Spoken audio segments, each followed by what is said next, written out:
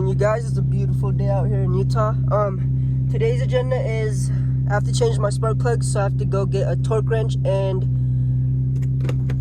a tool for the spark plug. But here's a cold start for you guys.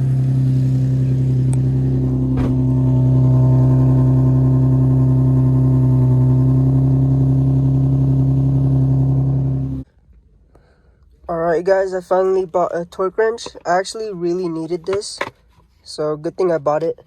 But right now we're gonna go head to AutoZone because I have to go get a spark plug socket size so I can go ahead and change my spark plugs.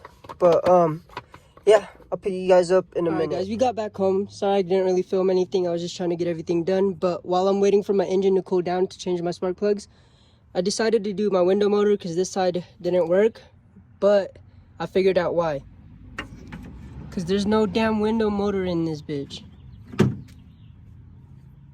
What the hell? But when I first opened this up, I seen this connector that wasn't plugged into anything. And now I know where it's supposed to plug into, which is the window motor. I had this window motor for a while. I was just been lazy to put it on, but now I got it. So I'm gonna go ahead and do that real quick. I'm not gonna do a video on it because I'm pretty sure you guys don't want to see me put this on. If you guys want a tutorial, there's tutorials on YouTube you guys could watch. But yeah. Alright guys, so I'm basically almost done with the spark plugs, but these were the old ones.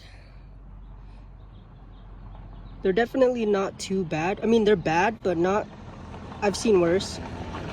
But yeah, hopefully she'll run a lot better. And right now I just noticed that I'm leaking oil somewhere, so I have to go see where that is because I changed my oil yesterday and there was no leak before then, so I'm thinking it's just the oil filter. I didn't tighten it tight enough, or the oil pan, but we'll see.